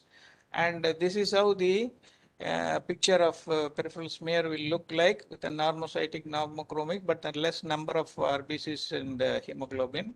So macrocytic mainly because of B12 and folate deficiency and alcohol abuse. And you can see the size of the RBC is much bigger than the normal RBCs. Comparison is here. And they are having hyper, one of the associated things will be, there will be hyper nucleated neutrophils. The normal nucleus divides into more numbers. And based on the severity is divided into mild, moderate, severe, and very severe. So the case that we have seen here was at a severe category because it is less than 7, but more than 4. And the effects of the problem on the mother is it can produce preeclampsia or intercurrent infection, cardiac failure, and preterm labor in the antenatal period. And during labor, it can produce postpartum hemorrhage, congestive cardiac failure, and shock. And during postpartum, it can produce puerperal sepsis, subinvolution of uterus, DVT, or pulmonary embolism, and failure of lactation. These are all the things that can happen in the mother. On the fetus, iron transfer to fetus is unaffected. That is a peculiar thing. But then there are all problems like IUGR, intrauterine growth retardation, prematurity, low birth weight, stillbirth, congenital malformations, increased neonatal death after 1 or 2 days of delivery, they can die. Anemia after birth because of poor stores. All these things are common in the fetus. The blood volume changes. Normally, blood volume increases by 6th week and increases 45 to 50% by 34th week and returns normal 10 to 14 days after delivery. So hypervolemia is an adaptive mechanism for the following reasons. One is it to compensate for the vasodilatation, helps in exchange of respiratory gases, nutrients, and metabolites, protects mother from bleeding during delivery. These are the 3 reasons why nature has made that mother should increase their volume by increasing the plasma and RBC And RBC volume proportionately decreases during the first 8 weeks, then increases to pre-pregnancy level by 16th week, and then rises to 30% until term.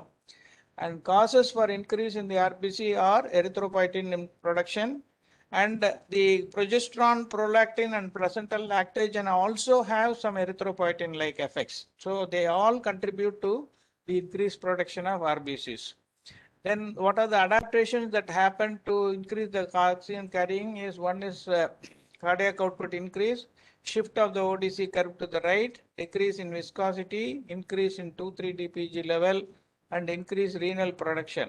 If you see this ODC curve, you can see in the anemia, it is almost with a very low oxygen saturation itself, it is able to deliver, achieve this and deliver at the level that it wants. So 7.5 grams of hemoglobin, it is able to deliver, have an 100 PO2 and then deliver it completely and offload the oxygen. So that much of adaptation is there. And normally there is a terminology called transfusion trigger. So if there is more than 10 grams, there is no need for transfusion. If there is less than 10 grams per deciliter, patient must receive transfusion. In between these two, you have to decide between the clinical condition of the patient and the value. Okay, so there is no urgency or insistence that you should transfuse. The patient is well compensated with the above mechanism and is having only a hemoglobin of 8 grams. You need not worry. You try to continue with the same oral iron or parenteral iron, and no need for any transfusion to be given in this patient. Now, what are the clinical presentations of this anemia? Normally, they will have fatigue, loss of appetite, all these things which we have been described. And this is some of the pictorial description how the mother feels very tired and she becomes cachectic. She has a palpitation, chest pain. The eye looks very dull, and as he said, the tongue looks very smooth and coated, and there may be peripheral edema also. Okay, so pictures talk more about than the words, so that is how you can remember all these things. So what are the investigations you have to do is CBC, peripheral smear, MCV, total iron binding capacity, iron and ferritin. These are all, he classified them under iron studies. So bone marrow aspiration, all these things for very, very severe anemia cases, normally you do. Otherwise, these three will be more than sufficient. Iron binding capacity, ferritin, and serum iron concentration will be more than sufficient. And this is how the peripheral smear will look between this is a normal RBC. This is a very pale RBC because of the iron deficiency. And what are the special tests that we do? If you suspect folic acid or vitamin D, B12, we can do that estimation. And bilirubin Coombs test if you suspect RHM compatibility. Electrophoresis if you want to rule out sickle cell and thalassemia. And the NEST ROF test for thalassemia. Naked eye single tube observation for fragility. That is what is the expansion of that. That is done for thalassemia. And in iron deficiency, in addition to what you saw in the last picture, you have other cells called pencil cells, and then the microcytic RBC, then there is a target cell. All these variations are there in the RBC picture.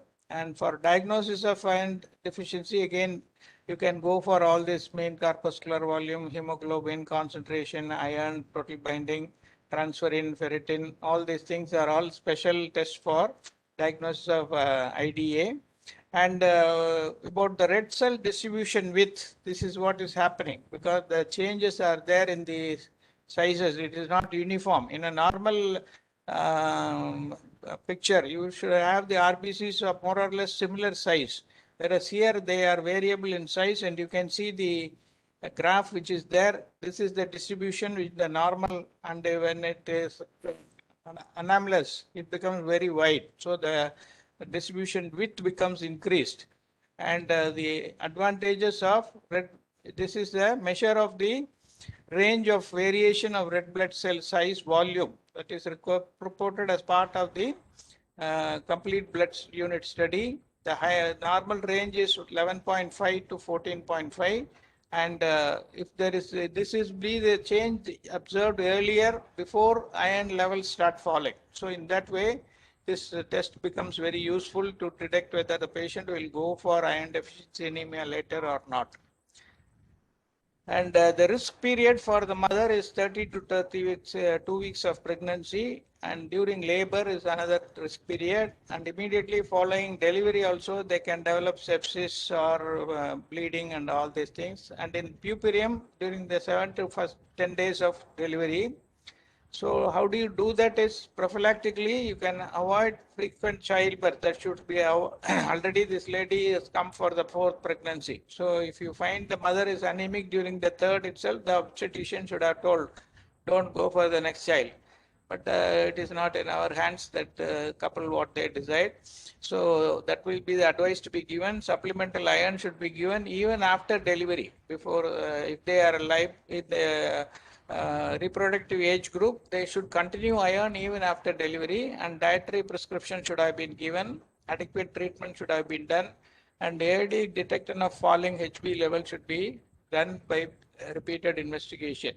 And curative is early hospitalization, diet improvement, improve the diet, eradicate any infection, and effective therapy to cure the disease underlying whatever it is. Coming to the erythropoiesis, we start with the pluripotent hematopoietic cell. This is the pleuretroblast. You can see how big the nucleus is there in that. Then the nucleus becomes smaller in the erythroblast, which is also known as the normoblast. Then it becomes reticulocyte. That is through other stages. There are 3 steps in this. One is the basophilic erythroblast, polychromatic erythroblast, and orthochromatic erythroblast. So through these stages, the nucleus is slowly lost. And by the time it becomes reticulocyte, it is totally gone. And then once it is erythrocyte, there is no RBC at all. So this is what is happening in these patients. And this is very important because this is the stage at which the B12 and folate are important, because when there is a nucleus only, you can have the DNA, RNA, and protein formation, and globin chain formation takes place only during this time. And as the nucleus is lost and then it becomes RBC, it is totally, completely different. So the stages involved in iron deficiency, you have so many pictorial definitions where the iron deficiency anemia happens, and the iron requirement during pregnancy. This is commonly asked in the examination. So early pregnancy, you require 2.5 milligram per day, 20 to 22 weeks, 5.5, and then it increases. So as the pregnancy increases, the requirement also increases. But our people standardly we give only on the same dose right from first trimester to last trimester. Then the sequential phase in iron storage is the ferritin levels drop, and then this is the earliest indicator, and then there will be drop in MCV, MCH, transferrin level will drop, erythropoietin, protoporphyrin level will increase as a compensatory mechanism, and peripheral blood smear will show low HB and hematocrit, and tissue oxygenation will be decreased in clinical manifestation. And this is common. Why iron deficiency anemia is very common is because of the low iron intake, chronic intestinal diseases, diarrhea, and worm infestation, malaria, chronic blood loss because of menorrhagia, piles, fissure, or apathy, and too much of frequent pregnancies. All these things are the cause for iron deficiency anemia in the mother. Now coming to iron absorption from the gastrointestinal tract. So you take the iron in the dietary iron, normally 7 milligrams is there. It has 2 components. One is non-heme iron and the other is the heme iron. Okay, but the non-heme iron is 90% what we take, and heme iron is only 10%. And the amino acids and phytates, amino acids help to absorb it faster, whereas the liquids like tea, coffee, and phosphates, they all decrease the absorption. But the absorption mainly takes place only in the late duodenum and early jejunum. So from there, it is absorbed. I'll show you another picture how it is happening. So from the lumen of the GIT, the iron that is coming in the food is converted from ferric form, that is 3 plus to 2 plus, because this 2 plus form only can cross and go. If it is in the ferric form, it cannot cross. So it goes into the enteric cells through the brush border or the luminal surface. It goes into the enterocyte. Again, it is converted into ferric form to combine with apoferritin to form the ferritin, and then stored here until the requirement is there. It is stored here, and once when the requirement is needed, it is again brought back to ferrous state by ferroreductase. So oxidase will make it F3, reductase will make it F2, and the F2 form goes into the plasma and the blood. Then it is again made into ferric form, and then apotransferrin is the enzyme which takes it in the ferric form to the liver, and then goes stored in the liver, and then from there it is distributed to all the sites that is required. So ferric salts converted by the hydrochloric acid to ferrous, absorbed in the duodenum and upper jejunum, apotransferrin in the liver, bile, iron. This is how the storage and all these things take place. And the other uses of the iron not only goes for hemoglobin and myoglobin formation, it is also required for cytochromes and certain non-heme proteins, peroxidases, and it is effective against immune competence of the human body. Now coming to factors affecting the iron absorption, of course there are a lot of things, acidity, HCl, vitamin C, all these things are there. So there are some factors which reduce the absorption, some factors which enhance the absorption. And the regulation is mainly by site of absorption. It is a mucosal block which will happen. That is mainly by the hepcidin enzyme that is produced by the liver. So the regulation is by hepcidin. So body iron stores lower hepcidin synthesis in the liver. Hepcidin deficiency targets the duodenum and spleen. Duodenal absorption from iron increases. Splenic iron release into circulation also happens. Iron concentration in plasma increases, leading to restoration of iron balance. So this is the main mechanism of its restoration. Then iron extraction from the human body. Iron is one-way element. Hemostasis is absorption level. Then lost in menstruation and pregnancy, in bleeding ulcers, piles, unabsorbed iron goes into the excretion in the feces. 30% intestinal cells are desquamated every day, and they are also losing the iron. And lesions in urinary tract also can cause loss of iron. So the modalities of supplementation: oral, parenteral, and blood transfusion.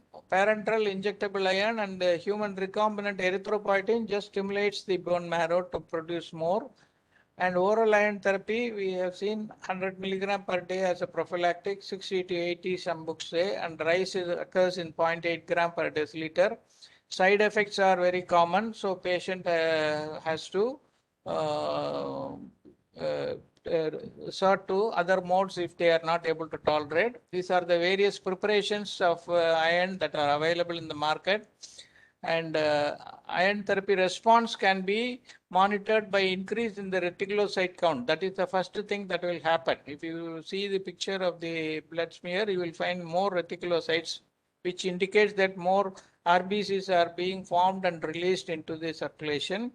There will be increase in the hemoglobin, and epithelial changes. Tongue and nail will revert to normal, and the hemoglobin concentration will become normal after 6 weeks of therapy. Minimum 6 weeks is required. Some myths about the iron therapy are sustained release preparations are better. That is not correct. Hemoglobin preparation, better bioavailability is not correct also. Iron preparation should be given with meals. That is also not correct. Iron preparation has significant GI effects, not in all cases. Some patients do develop this. IPC carbonyl iron are grossly better in efficiency. That's also not there. And parenteral preparations work faster than oral. That is also not correct. If you are able to convince the patient and give them orally, and if they are able to take it, that will be a better, equally effective way. So in parenteral preparation, iron sucrose is given, or iron sorbitol citric acid, iron dextran, Imferon are the available one. Intramuscular injection, first you must give only 0.5 ml as a test dose. Then if there is no reaction, then you can go for 75 to 100 milligram IM given daily, given by what is called the Z technique, which is the technique to avoid skin staining, as Prati correctly said. The side effects are very painful. It can cause the discoloration, and the abscess formation is also very common. So this is the Z technique. What you do is you first stretch the skin and then inject the drug up to the, go to the muscle level and then deposit.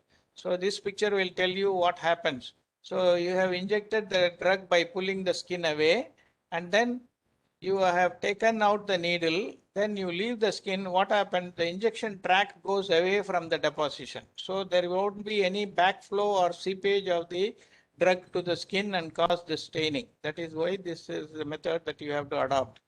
And intravenous iron is available. Total dose is 50 milligram in ml. Imferon is available, and also it has to be mixed in normal saline and given as a IV infusion. Local thrombophlebitis is very common, and systemic effects, fever, arthralgia, urticaria, all these things can happen. So mostly we don't like to do that. So indications for blood transfusion are severe anemia occurring after 36 weeks, and anemia due to acute blood loss in as in antepartum hemorrhage or postpartum hemorrhage, associated severe sepsis, patient not responding to oral or parenteral therapy. These are all some of the indications for blood transfusions, and of course they are all loaded with all their regular complications like transfusion reaction, infection, volume overload, and the repeated blood transfusions can lead to iron overload also. So the WHO states transfusion should be prescribed only for conditions for which there is no other treatment. Okay, otherwise you can manage with all the iron and other things. Coming to the folic acid, is needed in higher doses during the initial stages. As I told you, until the nucleus is there during the formative stages of RBC, that is the period during which folic acid is very much in demand, as well as B12 also will be required. So combined combination of deficiencies are more common. That is why we give all patients iron and folic acid together. These are some of the food substances which are rich in folic acid, and the diagnosis of folic acid deficiency is made mainly by the macrocytic stage or megaloblastic site. So the MCB will be very much higher compared to the normal. The corpuscular hemoglobin will be normal, so there will be normocytic, but megaloblastic or macrocytic, and mean concentration also will be normal. So there will be, so they are more prone for lysis, and that's how you lose the RBC count and become anemic in this. Then coming to vitamin B12, these are all the food substances that are available for replacement. Some little more points about folic acid is folate is converted to dihydrofolate and tetrahydrofolate, and then only they are utilized. So it cannot be directly used as folic acid. So it has got a bicyclic petridine ring, and it is converted into para-aminobenzoic acid and polyglutamate tail. These are all the three forms of conversion. And this tetrahydrofolate is the one which is important for during the neural formation in the fetus, as well as in the RNA formation in the hemoglobin formation. So similarly, vitamin B12 absorption has also got a very peculiar way. It is absorbed in the terminal ileum, but you require a factor called intrinsic factor for its absorption. So along with that, it goes to the terminal ileum and then get absorbed. So if this intrinsic factor is lacking, then we call it as pernicious anemia, where B12 will not be absorbed, and it will also produce a combined subacute combined degeneration of the spinal cord. Neurological deficit will happen. Two important roles vitamin B12 plays is it converts homocysteine into methionine, and it is converting methyl malonyl CoA to succinyl CoA. Okay, these two factors are very, very important for most of the in succinyl CoA with glycine only forms the hemoglobin. So that is another role that vitamin B12 is playing. Now coming to labor and anemic mother, first stage you have to give a comfortable position, adequate analgesia, oxygen should be given, supplemented, digitalization may be required if the patient is severe failure, and antibiotic prophylaxis is always a must. And during second stage, cut short the second stage by aided delivery, either forceps or vacuum extraction. Active management of third stage with adequate rest and iron folic acid should be given for 3 months post delivery also. And the infection, if any, should be treated energetically. Careful watch for puerperal sepsis, failing lactation, subinvolution, all those complications which earlier I said should be watched for. Now, goals in the anesthetic management of anemic mother are avoid hypoxia, adequate pre-oxygenation, oxygen supplementation in pre and post-op period, clear airway, spontaneous respiration for short procedures like for example, outlet forceps delivery, you can just hold the mask and give spontaneous respiration with the supplemental analgesia. Avoid increase in oxygen due to fever, shivering, sudden hemorrhage. Avoid nitrous oxide if the patient has been established having deficiency of both B12 and folate. Minimize decrease in cardiac output due to IV induction drugs, aortocaval compression, and high level of regional blocks. Then avoid shift of ODC curve to the left. Avoid hyperventilation, which causes acute respiratory alkalosis. Maintain normocapnia. Maintain normothermia also is very, very important. Intense monitoring for adequate perfusion by all the monitors, especially the routine plus the HemoQ to find out the hemoglobin also. This is the HemoQ machine, which you just put 0.1 ml of blood, it will tell you the exact value of the hemoglobin. Then central neuraxial blockade can be used with small adaptations like low volume with adjuvants. Titrated epidural blocks with a catheter can be safely given. Combined spinal also can be done. And treatment for hypotension will be with phenylephrine instead of fluid overloading. Okay, so don't give too much of fluids. Avoid spinal in severe B12 deficiency because that can cause subacute degeneration of the spinal cord. Plexus blocks are safe for limb surgeries. And coming to the last special sequence like sickle cell anemia, there is the substitution that is happening. This is a normal chain of hemoglobin amino acids. This is the sickle where there is a substitution. Actually, this is how it is happening, and glutamine is replaced by valine in the mutated sickle cell gene. And this is what has happened. See, the normal hemoglobin, this is looking separate like this when it goes through, but when there is deoxygenation occurring, it is all getting clumped together, and the shape of the RBC becomes like a sickle. That is why the name is given. They are more prone, the patients who are having sickle cell disease are more prone for placental abrasion, placenta previa formation, and preterm labor and PAH. Main thing, avoid hypoxia, hypotension, hypothermia, acidosis, and pain. These are the 5 things you should take care of. Both regional and GA can be administered safely in this patient. Now coming to thalassemia, this is how the normal and the thalassemic RBCs look like. This is the structure of a normal hemoglobin. These are the 2 beta chains and these are the 2 alpha chains, and the hemoglobin is situated, centered here. The heme moiety is here. So this is the total formation. So in the adult hemoglobin A, you have 2 alpha and 2 beta chains, and in the fetal 2 gamma, and A2 there is another variety where 2 alpha and 2 delta are there.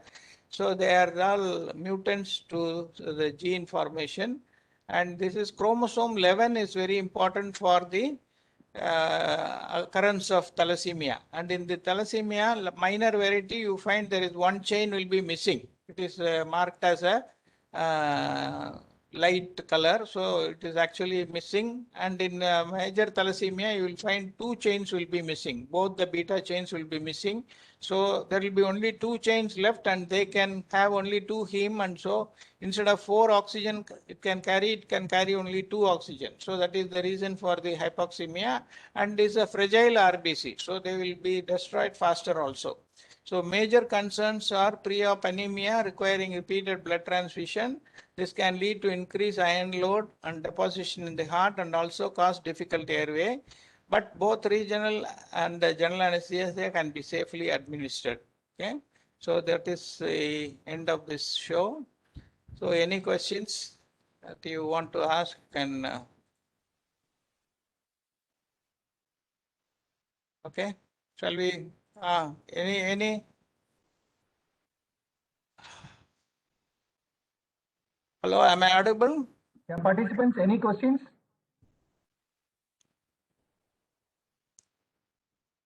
As usual, no questions at all. No questions, sir. It was Right. positive and very relevant discussion all over, sir. Right. Yeah, it was Okay. a very nice presentation. Thank you, Thank Dr. you. Pratik, and I thank Once again, I would like to congratulate Pratik and having been in the specialty only not even 1 year old, his presentation was simply superb, and he has understood the topic so well before he has presented, and I really appreciate his preparation and presentation once again. Thank you, sir. And Thanks. he deserves Thanks a a lot, big sir. applause from everybody. Thank you. Thank you very much. Thank you, sir. Thank you, sir. Thank you. Yes, sir. Thank you. Wonderful, Dr. Pratik. Very nice presentation. Thank you, And sir. I thank all the participants for their active participation all along. Thank you very much, sir. Can we Thank sign you. off the meeting today, sir? Yeah, we'll sign up. Thank you, you. sir. Thank you.